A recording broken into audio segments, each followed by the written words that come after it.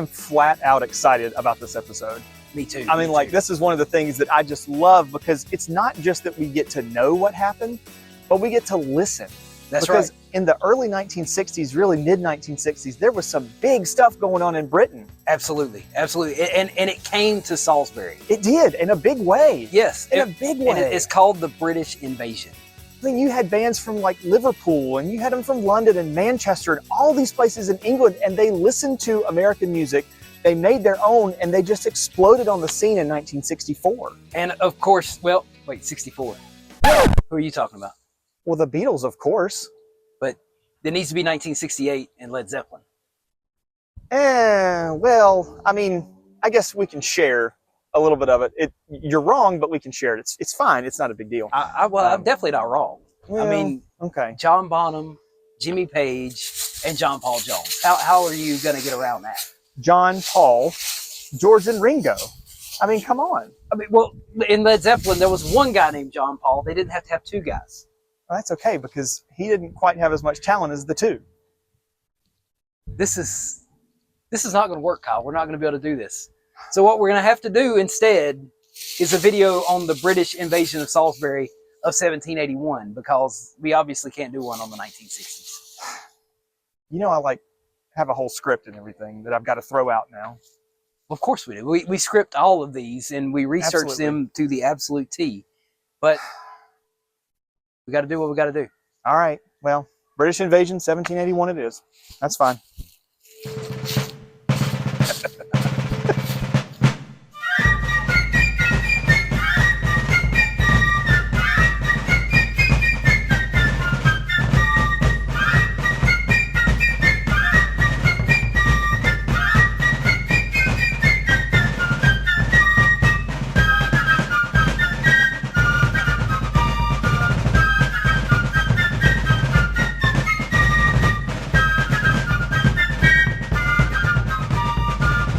If you watched our video on the Rowing Committee of Safety, and if you have not, make sure you do that when you're done watching this one. We spoke about how loyalists were outed in their society so that everybody knew that they were loyal to the British Crown. And one of the things that the Patriots were worried about was that if loyalists felt like Britain was going to win the war, or that they were turning the tide, that they might actually start to fight the people in their own community, which is why they tried to out them. There's a lot of loyalist sentiment that gets bumped up big time right after the Battle of Camden in South Carolina, which is a big British victory. It destroys the American army. And so loyalists in Rowan County, and of course everywhere else as well, start to muster themselves together to form militias. Now, there was never a battle that happened here in Rowan, but there were several battles that happened around Rowan County. And we're going to talk about a couple of those. The Battle of Ramsor's Mill, which took place in Lincoln County, North Carolina, pitted militias against each other. So both of these engagements we're going to talk about did not involve any actual professional troops, either on the British side or on the Patriot side. You have militias. And a lot of times when you have militias that are fighting each other, they're going to be neighbors of each other. They're going to be living in those areas close to each other, and so they may know each other's names. And Ramsor's Mill specifically is going to be one that's known for a concept that normally we focus on more with the Civil War. We use that term, a house divided or brother against brother. In the Battle of Ramsor's Mill, which was a Patriot victory, they were overwhelmed. That loyalist militia had more than the Patriots did, but the Patriots were able to win that battle. You had several instances where you had brothers who were fighting against each other during this battle, and two German brothers, one on the Patriot side, one on the loyalist side. The Patriot brother shot and killed his loyalist brother, and after the battle, buried him on that battlefield. So you have these really close ties that are happening in these battles, not professional armies, regular people who are fighting for these different ideas and ideals. The Rowan militia would be heavily involved in anything going on around here. In fact, the Battle of Charlotte, which happens right after the Battle of Camden as well.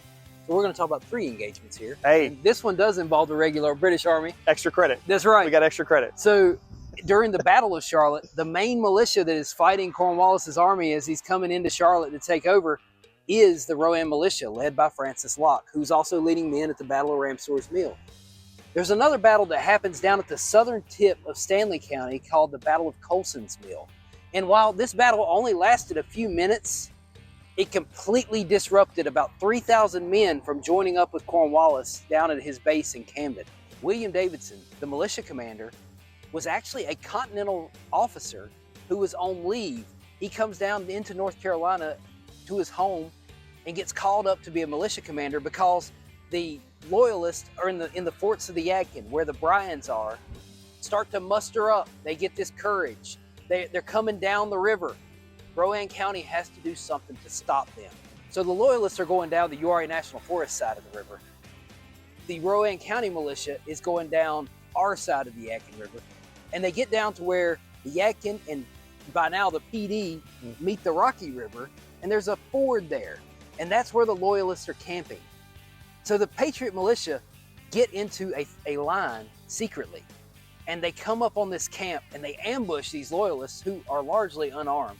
They fire maybe 2 or 3 volleys. Most of the loyalists run away, but one of those guys gets off a lucky shot and shoots General Davidson right in the stomach. He convalesces and comes back to command the North Carolina militia right at the Battle of Cowan's Ford, just in time to be shot in the chest and be killed. So we lose one of our most important commanders right before General Greene knows that he is going to have to fight the British right here around Salisbury. And that is something that he writes about to his friends and to other generals throughout the military, that losing Davidson was a big blow to him.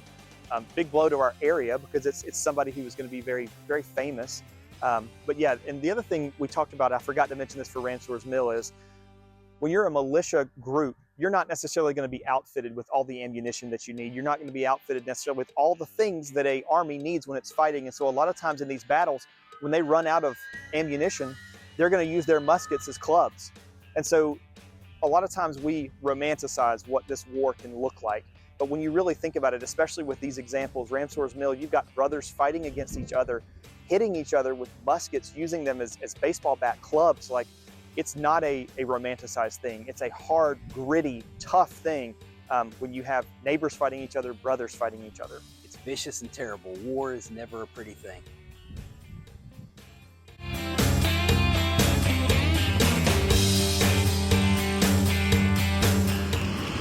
We are looking down South Main Street here in Salisbury. In 1781, this street would have been the exact same width that it is right now, except instead of being paved, of course, it was dirt. And it would have been, instead of dirt, it would have actually been mud, because it was raining in early February of 1781 when both the American Army and the British Army came through Salisbury. Behind me is the route that both armies took to get here. They came roughly Highway 150 from the Mooresville area over into Salisbury. They had just fought at the Battle of Cowan's Ford, crossing the Catawba River, and then came this way, made the turn up like most of us have done off of Old Mooresville Road, and marched their way into town. The American Army was able to just get out of town and get across the Yadkin River as the British Army marched up. One of the most masterful things that Nathaniel Greene did was, before he started any of his campaigning, he sent one of his engineers out to collect as many boats as he could along both the Yadkin and the Dan rivers. He put them all on the side where the American Army could get into them, get them across the river, and then hold them. And that was masterful because with the rain that we were getting in early February of 1781, the Yadkin River swelled up to the point that the British Army could not cross the trading ford.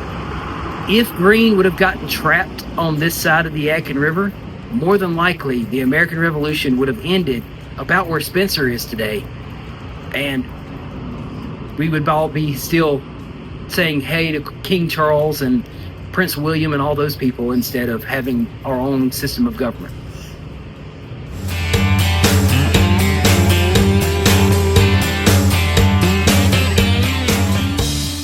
We're sitting outside the City of Salisbury offices here in downtown Salisbury, very near where the courthouse is. In 1781, we would be sitting outside of Elizabeth Maxwell Steele's tavern. Elizabeth Maxwell Steele was a twice widowed, very influential lady in the backcountry of North Carolina in the 1700s. Very unusual for the time. Both of her husbands died relatively young and left her quite a bit of money, land, businesses, and enslaved people.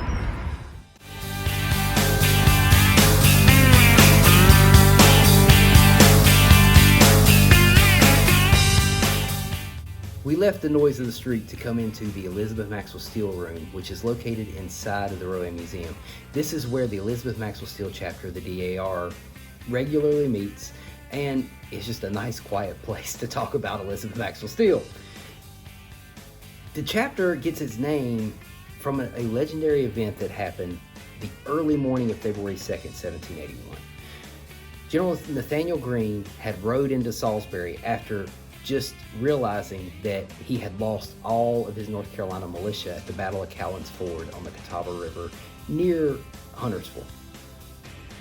He also lost one of the most important commanders in North Carolina, a guy by the name of William Davidson. So he's riding into town. He had just lost a third of his army, and he's supposedly cold, dejected, and hungry. He goes into Elizabeth Maxwell Steele's tavern. She sees how defeated he looks, and feeling patriotic fervor just swelling up inside of her, she goes and she grabs 2 bags of gold, comes out, hands them to the general, says, "You need these more than I do."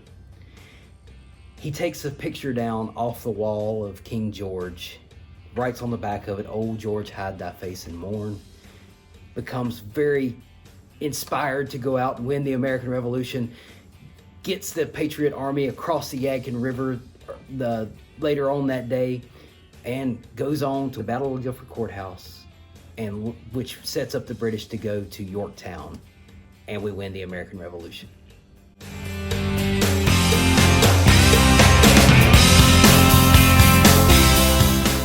So that's the legend. But what actually happened? We don't really know if Elizabeth Maxwell Steele ever met Nathaniel Greene. She wrote quite a few letters to her brother-in-law who lived in Pennsylvania. She never mentioned meeting Nathaniel Greene. She does talk about when the British came here and they pillaged her supplies and stuff like that, but she doesn't say, "Oh, by the way, Nathaniel Greene came by, I gave him 2 bags of gold and he went on to win the revolution." We do know that she gave over 2,000 British pounds, which is money, worth of supplies to the American Army while they were here in February of 1781. So while she may not have done that dramatic story, she was still a very important patriot, because if you do the conversion rate on that 2,000 pounds back then, it comes up to quite a bit more money today.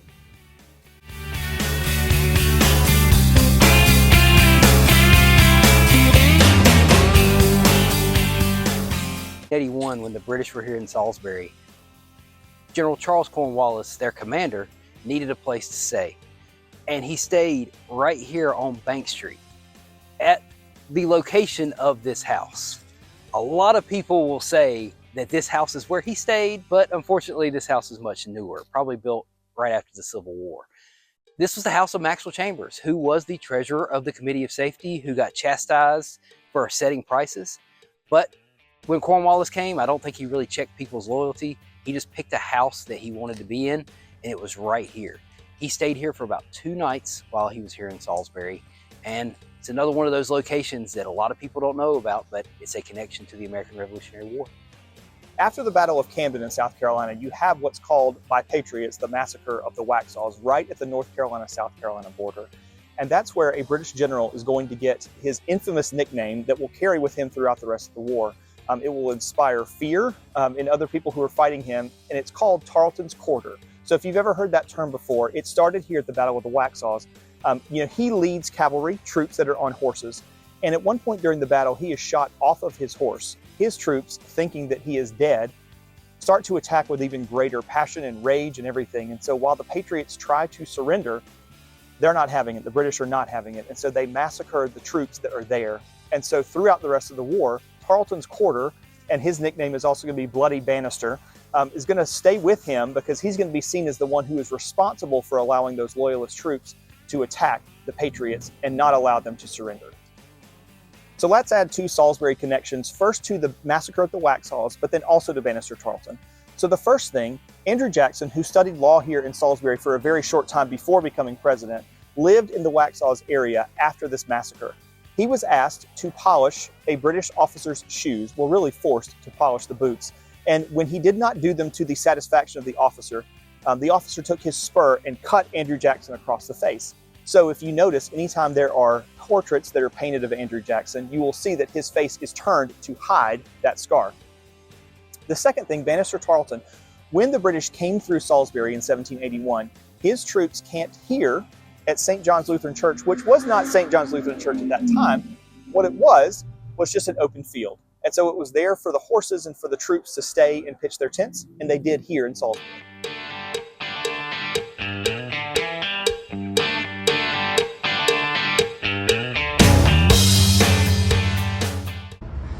Go for it. We're sitting outside the City of Salisbury offices, very near where the courthouse is here in downtown Salisbury. And in 1776, 1780, 1781, I'm going to redo this because I do not like the way I just did that. It's all right. Recently found that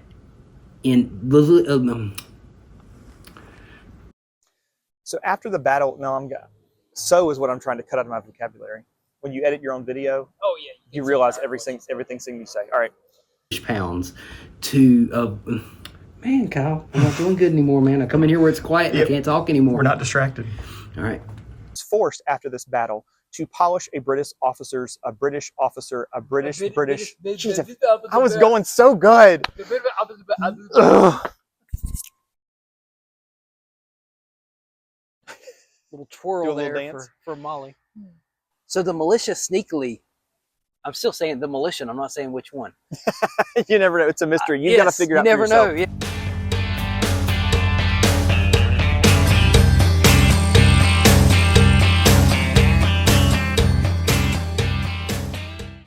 All right, that was good. I like that. What do you think? You good?